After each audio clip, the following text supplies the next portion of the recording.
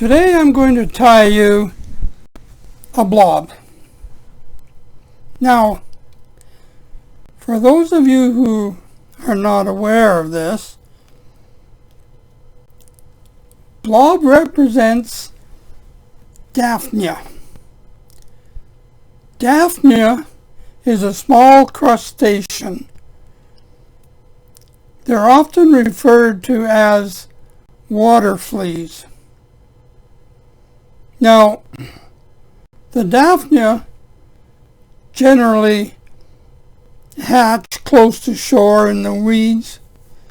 If you get up in the morning at a lake and you go down to the shoreline, you'll see they gather, they're all swimming around in the shallows. But as the sun comes up, they start heading for deeper water.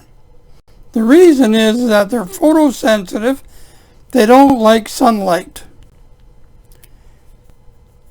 Now, they come in different colors. So first of all, let's cover the hooks. I'm using a jig hook, and I'm using a slotted bead.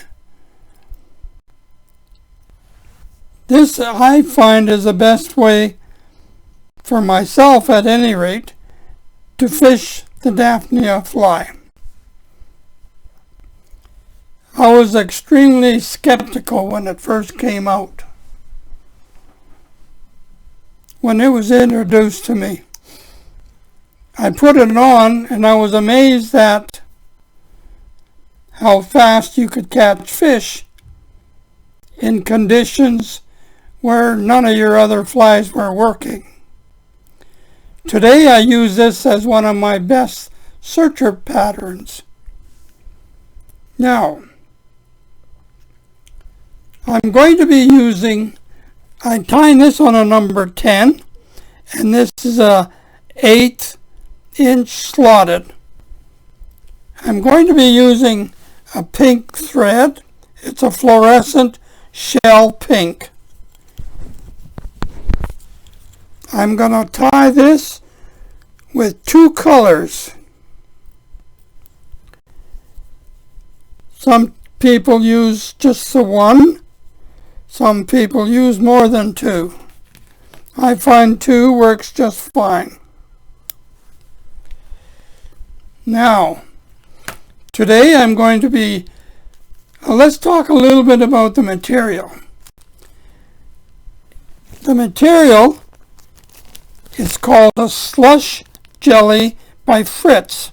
Now, slush jelly is not the color. That's the size. Another size is called daphnia, which I find it's a little too big for my liking, so I use the slush jelly.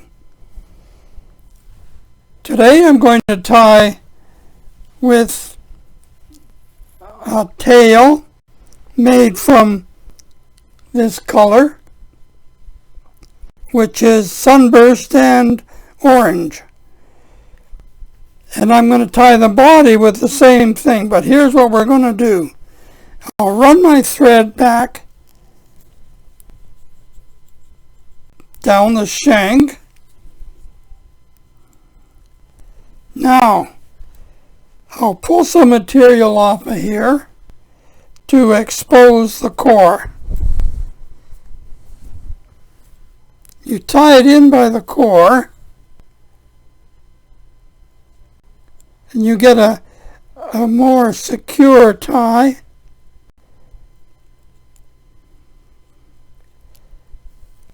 You don't want too long a tail.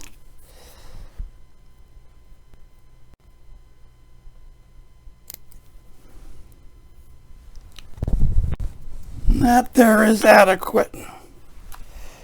Then what I do, expose the core again and tie it in for the body.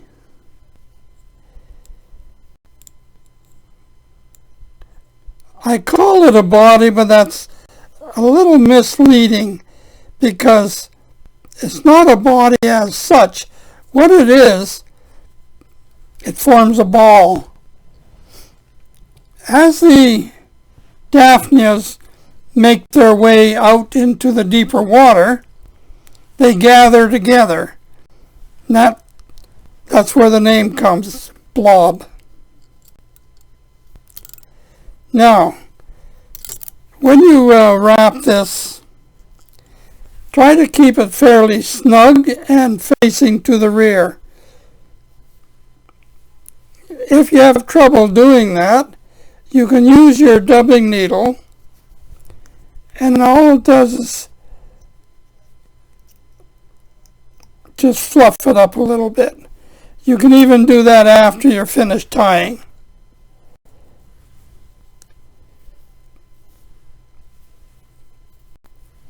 You will tie the length of about 3/4 of a length in this color.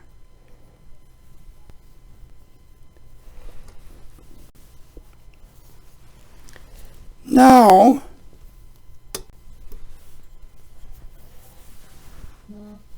I'm going to tie this off.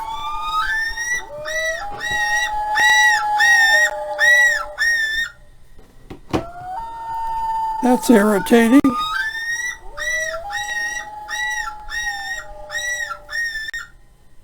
And then I'll just trim that off.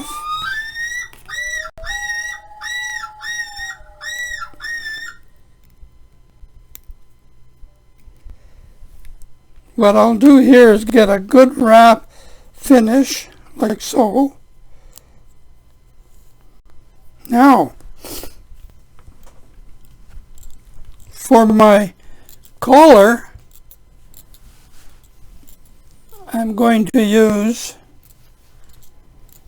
what they call a biscuit. I expose it again, the core. It's still using the slush jelly size, but it's called a biscuit for color. Tie that in very good, like so.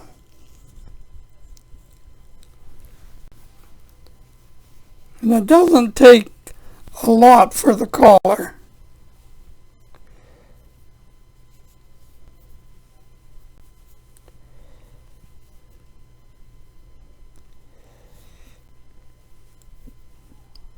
Bring it right up to your bead.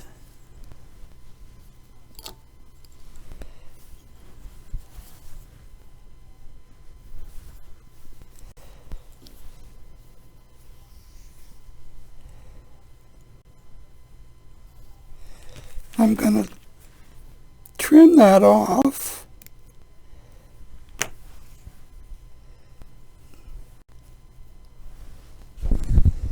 Now,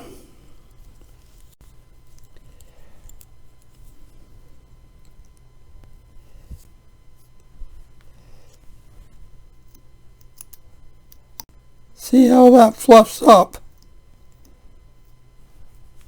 This is a very, very simple fly to tie, but so very effective.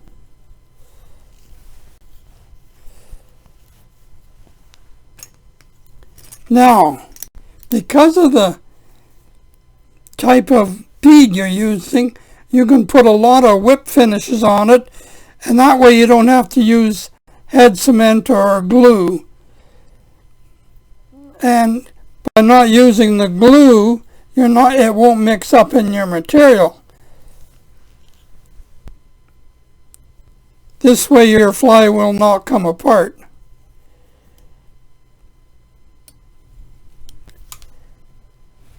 There. Now, this next step is very important, especially if you're into catch and release.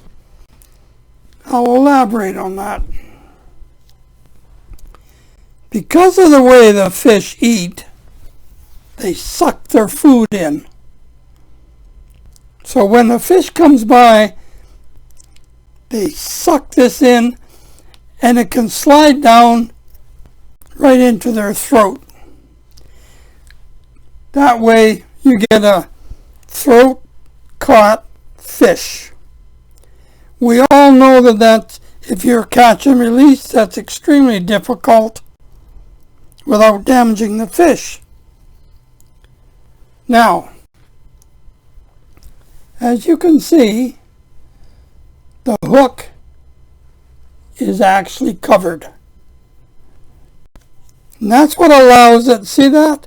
That's what allows the fly, the blob, to slide down the throat. In the British Isles, you're not allowed to fish this in a tournament unless it's trimmed. What they do is they trim it on the underside to the shank. This is an absolute must, or it's not a legal fly to fish. Now, as you can see, there's hook exposed, which allows it to get caught in the mouth rather than the throat. So I do this to all my flies. I do catch and release. This does not hinder the effectiveness of the fly, trust me. It works extremely well. This is one of my best searcher patterns when the fish are tuned into eating daphnia. It's almost a must. So I hope you fish this and enjoy.